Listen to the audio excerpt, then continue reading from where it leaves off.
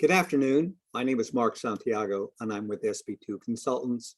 I'd like to welcome you all and thank you for attending today's webinar on cybersecurity. Today, we will be discussing the increasing threat that cyber attacks pose for law firms and ways to mitigate your risk through the application of technology, and should you be the victim of an attack, how to limit the financial damage done to your firms. Willie Sutton, the bank robber, used to say when asked why he robbed banks, it was because that's where the money was. Well, information access to it and the denial of access to firm and client information is the new money that thieves are after. Rather than run into a building waving guns, today's cyber criminals sit in air-conditioned offices in front of video screens. Today's cyber thief is not the 18-year-old kid in the basement of his mother's house. Today's cyber thief probably works for a gang that is headquartered in Russia or North Korea. They work methodically and with a search plan to locate and penetrate weak networks. The United States Cyber Command estimates that half of all of North Korea's annual budget is derived from the payment of ransomware. The gangs in Russia became famous for their interference in our elections a couple of years ago. They have become rich by attacking corporations and law firms since then. A DC client of SB2 receives 200 to 300 attacks every day. Another client of ours has had 2 successful attacks on this year alone. Most go unreported. And while in a recent survey, 80% of firms reported that they did pay ransomware, less than 10% of those got their data back. Today, to talk about this topic, we have Mark McGarvey, the legal channel expert at Safe USA, and Steve Schwartz of Safe International to talk about this important topic.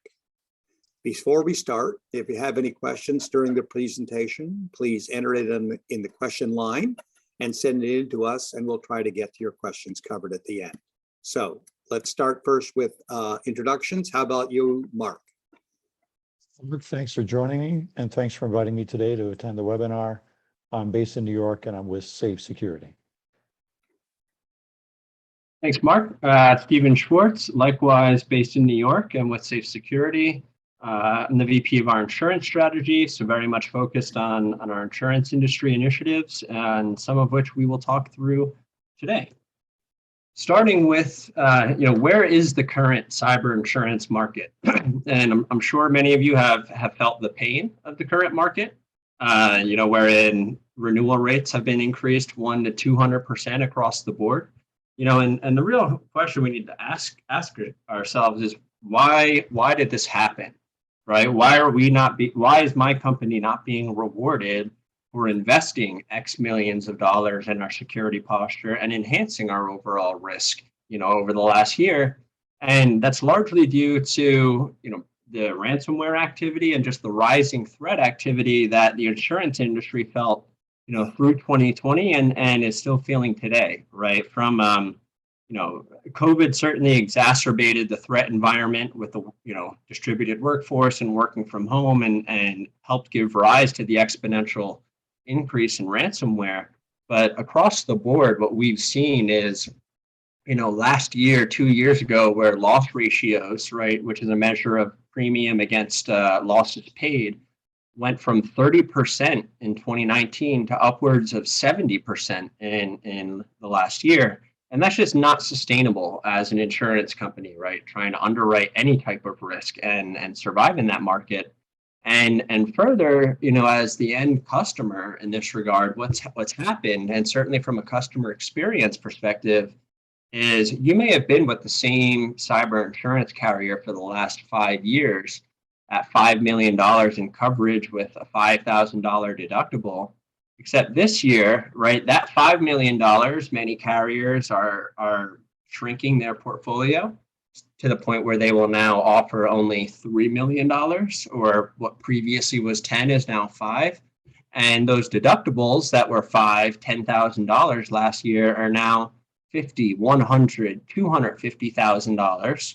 and a whole new variety of new sublimits on coverage, right? Particularly around ransomware, right? Where if an insurance company cannot see, right, and you're unable to prove that you have every control in place that they're looking for and a certain maturity of those controls, right? So you have offsite backup that's daily replicated, you have an EDR solution in place, multi-factor authentication, right? If you have everything in place and that they can understand it, then they may be willing to give you full ransomware coverage. But in today's environment, because so many carriers really got really got their heads knocked off and with how much losses they've had to pay, they're just not putting out the same limit that we've had to last year, that they had to last year and years before. And if we look just on the demand side for a second, right, in terms of what are still the obstacles as the buyer that's hindering us from obtaining cyber insurance, number one, which remains number one for the last 3 years plus, is not understanding or knowing if we have an exposure, right? And that's where the importance of a quantified risk assessment comes into place, right? Because once you understand quantitatively how much risk is, how much cyber risk exposure your company has, right, you start to evaluate it through the lens of, well, what's our risk appetite? How much can we mitigate? And then how much can we transfer, which is insurance, right? But that dollar sign gives us that common denominator from which to have those conversations, both at the IT and at the board level, right? So it's very strategic. Secondarily is cost. And again, this also comes back to the power that a quantitative risk assessment come into play here, because once we have that dollar sign and that quantitative analysis, we start to be able to evaluate the ROI of our security spend, right? Investing in X or Y control is going to reduce our risk and our exposure by Y amount. And likewise, transferring X amount is going to reduce, right, or transfer said amount of that exposure. And we can understand, is the cost of investing in any one of those controls or insurance a benefit for our company, right? And thirdly, because don't want to go through all these here, is not understanding coverage. Where I think this is really important is, right now in the insurance industry, part of the issue is there's no standardization from one carrier to the next, right? It's I often like to say the first page of every insurance policy says we cover you for everything. The next 40 is what takes it away, right? But they're all drafted differently. Some in cyber policies provide insurance through the definitions versus insuring agreements, and moreover, there's not a clear understanding as to how the coverage actually interacts with our cybersecurity products, right, or investments in cybersecurity, because they're really handled in two completely different renewal cycles and engaging different stakeholders, right? We renew our cyber insurance policy when we renew the rest of our insurance, not necessarily when we're migrating data to an AWS or to an Azure, right, when we're actually dealing with that risk. So just wanted to highlight a few things as to where the market is from both a supply and demand perspective. It is definitely a supplier's market right now, right? Rates are, again, to reiterate, rates are increasing 100% to 200% across the board. And carriers are being a lot more picky with who they want to underwrite and insure, right? With a much more stringent underwriting criteria and process. Now, just want to highlight that cyber insurance truly is not like any other types of insurance, and it is certainly not adequate when we just include a small cyber, limit or coverage within an existing property or liability policy as an endorsement, right? This will often provide maybe up to $250,000 in PCI fines and audit expenses, but not true standalone cyber coverage, right, that comes in a standalone cyber insurance policy. Now, some of the key things we just wanted to highlight here, because we can spend hours, going through understanding cyber insurance policies and the nuances from one to the next, but is from a starting point, know what you're actually insuring, right? And remember that insurance is for when all else fails, right? It's part of our holistic, cybersecurity strategy, but it's not the end all be all, and it's not to replace what we do on the mitigation side, right? It's how it comes together And that's, again, where the core of a quantified risk assessment can really drive the right conversations and stakeholders in the room, such that we're well positioned, right, from how we're mitigating risk, transferring it, and what we've decided to accept, right, within our risk appetite.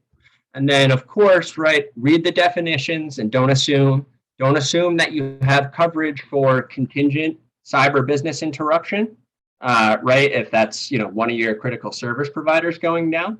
And likewise, read the policy exclusions, again, because every policy is different from one to the next. Endorsements superset anything written in the coverage, right? So you want to understand those and just have a firm understanding as to, right, what are the scenarios that this policy is going to pay for, and what are those in which it's not, right? So that you're already ahead of the curve and know who to contact, who to interact with when there is an emerging security incident. Now, intangibles, right, and cyber insurance is certainly insuring against an intangible risk to a degree, right? And they're increasingly, which is no surprise to anyone here, right, are becoming increasingly dominant part on corporate balance sheets. However, they're very hard to accurately value or define, right? You have concepts like goodwill and brands, which have accounting inconsistencies and make it truly difficult to establish a financial value, or something like intellectual property, which may not be defined legally or properly crystallized through patents. But more valuable than any of those above is data, right? And we heard Mark allude to it, right? Data is often recognized as the new oil. I often like to say trust is the new currency. And as that new oil, the exploitation of same really holds the key to future economic value and dominance, right? As once we get to a position where accountants and its legal status as property is defined. So it, right now it's sort of like operating in a fog around whether or not we can or can't insure this intangible asset and whether or not it is actually an asset. And again, this just brings back the importance of a quantified risk assessment so that we can bring clarity to what is that 84% of intangible assets sitting on our corporate balance sheet, right? And how we get there from a starting point, we can certainly take some more time offline and dive a bit deeper into how Safe Security specifically looks at this. But some of the key takeaways from this is that risk is not a thing, first and foremost, right? We can't see it, we can't touch it, we can't measure it directly. Similar to speed, it's a derived value, right? It's a function both of the probable frequency and probable magnitude of future loss. So as we evaluate how an organization can quantify its cyber risk, we need to take into account, right, these different factors here, among others, but at its core, we really need to be able to answer three key questions, right, at the outset of that assessment. And that's one, what are the top risks, with the largest impact to my business? What are the specific security investments that matter most, right? And that which are going to have the largest impact in reducing our cyber risk and cyber exposure, right? Such that we can start to actually quantify that tangible ROI on security spend. And lastly, do we know what cyber insurance coverage and limits are needed to protect the organization in the event of a breach? Right, so key takeaway from a quantified risk assessment, at the very least, to answer those three core questions. Now, as we look at insuring cloud risks, right, for many, if not all organizations, the cost has become more cost effective than operating on-prem. And in many cases, it actually offers better security controls and data protection, right, due to the multi-tenancy of cloud resources. And in particular, right, controls can be deployed by the cloud service provider across their entire environment for the benefit of every customer, which helps to reduce right, that customer share of the cost of controls ultimately. That being said, one should not assume that the cloud is inherently secure, right? We all may be aware of the AWS's shared security model, as with Azure, GCP, and others, but security controls provided in the cloud may be strong, right? But there's still room for improper configuration. And at the end of the day, We as the customer are ultimately responsible for putting the data in the cloud, right? So if it's our customer's data, which is sensitive, and we're migrating it to an AWS, to an Azure, whatever it may be, we are responsible, we are liable if there is an incident and those records are compromised, right? So absolutely important. We do not lose sight of that from, determining or thinking about, am I liable, in this scenario where a service provider is holding our data. Likewise, and often a bigger risk, certainly for smaller organizations, is business interruption, right? Cloud service providers are most concerned with preventing service interruptions, and they carry a financial penalty, as defined in the SLA, their service level agreement, within, as part of every one of their cloud services agreements. Now, every cloud service provider has very broad indemnity clauses that protect them against financial liabilities outside the SLA. And this is very important, again, that you're cognizant of this, as you move into those contracts, and certainly from an insurance perspective, right? Because there is an opportunity to include coverage for contingent business interruption, which would insure you against, right, any one of those third parties or cloud service providers, having a network availability issue, which thus interrupted your business and capability to operate.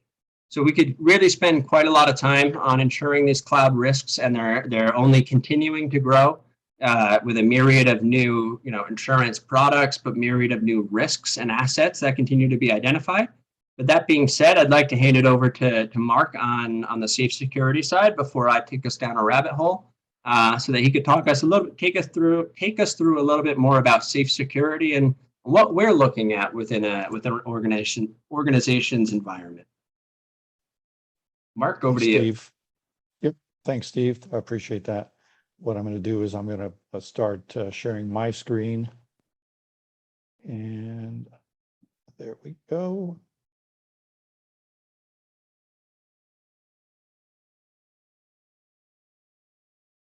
All right, so let's take a look at the SAFE dashboard, because what the SAFE platform provides for organizations, including law firms, is the ability to continuously monitor your security posture.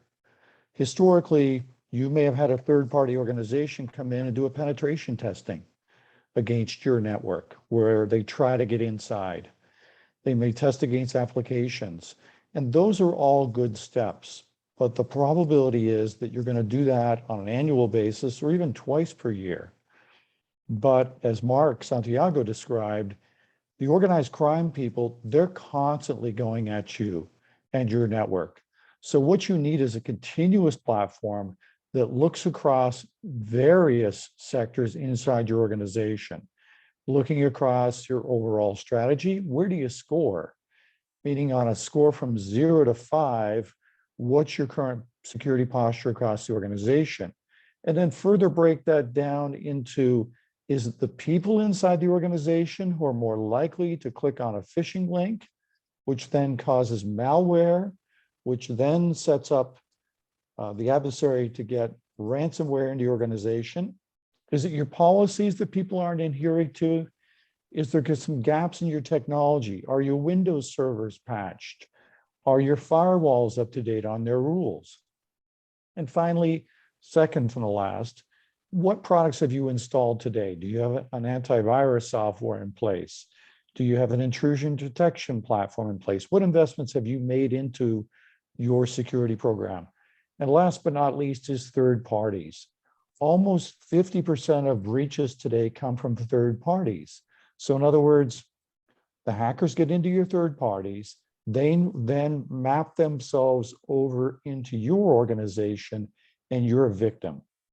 So looking at the dashboard, we've got a score from 0 to 5. This organization isn't scoring particularly well across their enterprise, but we are tracking what their scores are. Stephen mentioned AWS, applications in the cloud.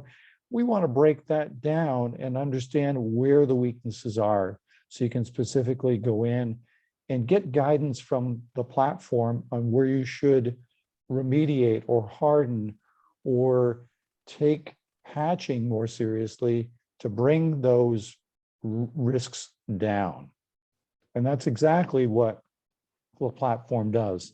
So as you see, as we go across to, the people section, you'll see a different score for people on the right, again, from 0 to 5, with 0 being the greatest probability you're going to be the victim of a ransomware or a breach attack, and 5 being you're in really good shape and you're not going to.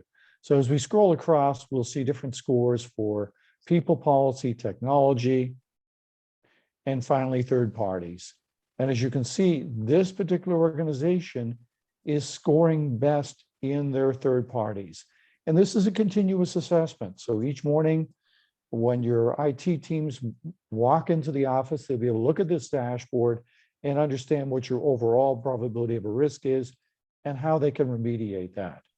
But what I'd like to pivot to, because ransomware has been so prevalent inside the legal vertical industry over the last couple of years, I'd like to pivot and show you how this platform will give you a continuous assessment of your posture for ransomware.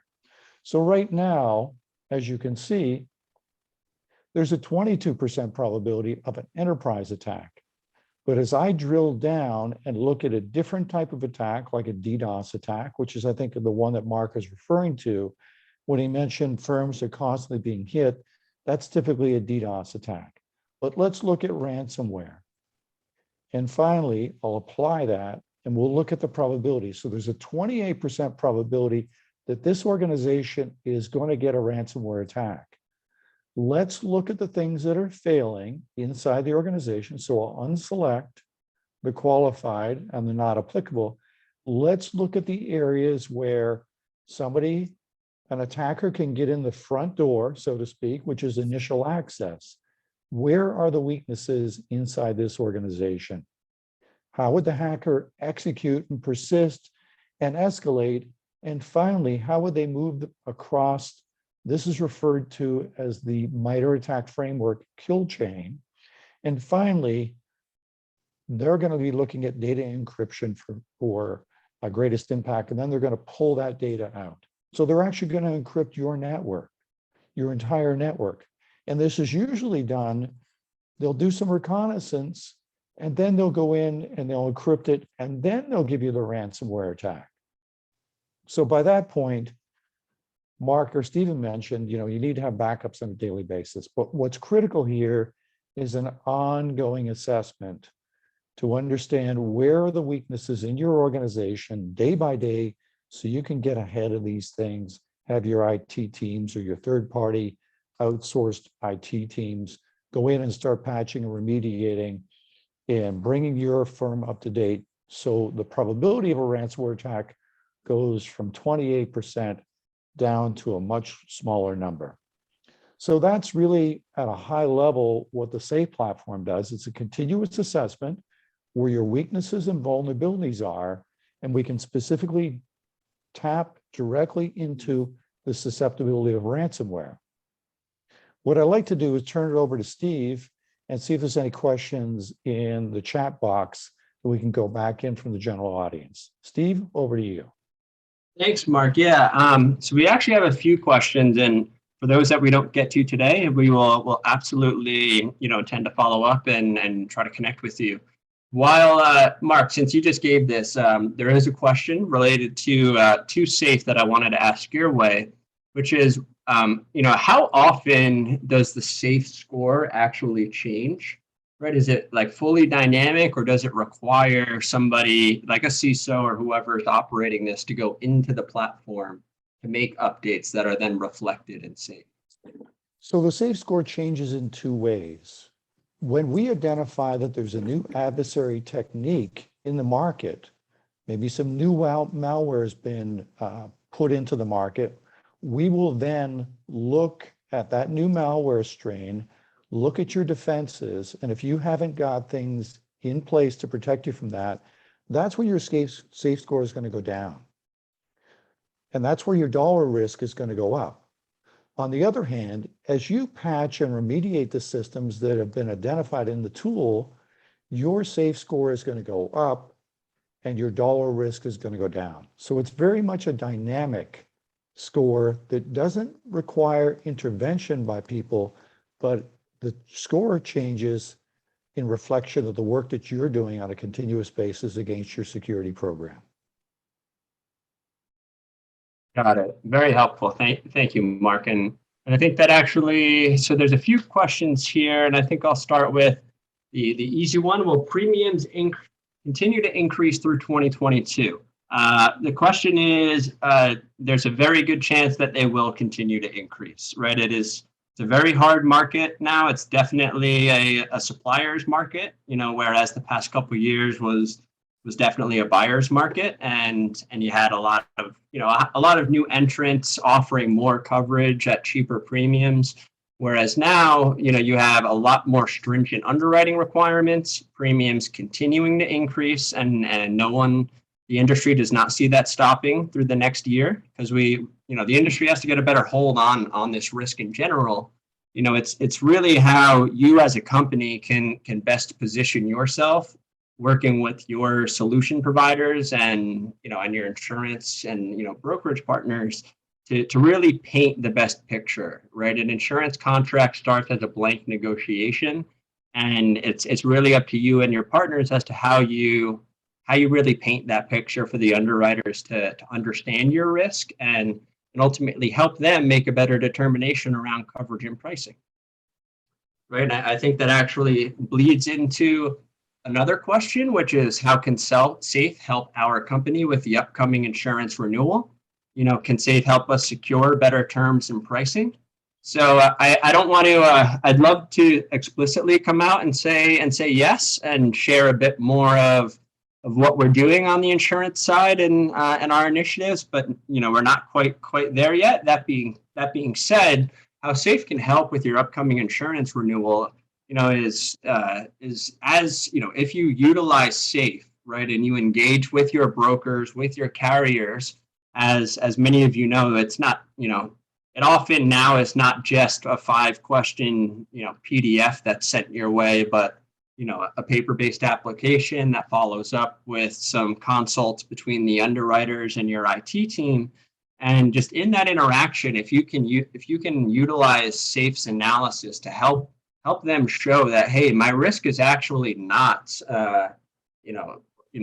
at an exposure of $10 million, but really at $5 million for SAFE's analysis, which is taking into account not just my external outside in, analysis, but really my inside out, right? And correlating all of those signals from my 50 different security and cloud-based products, then using that in your negotiation really gives you a lot more power and leverage just as a starting point, right? And in informing your partners. Now, again, we can follow up separately and offline as to what SAFE is actually doing to partner with the insurance industry, such that we can definitively, say yes and have a process for which whereby we're able to collaborate to ensure you have a very competitive cyber insurance renewal and program ultimately in place. It is pretty safe to say that a good offense is the best defense. So if you've got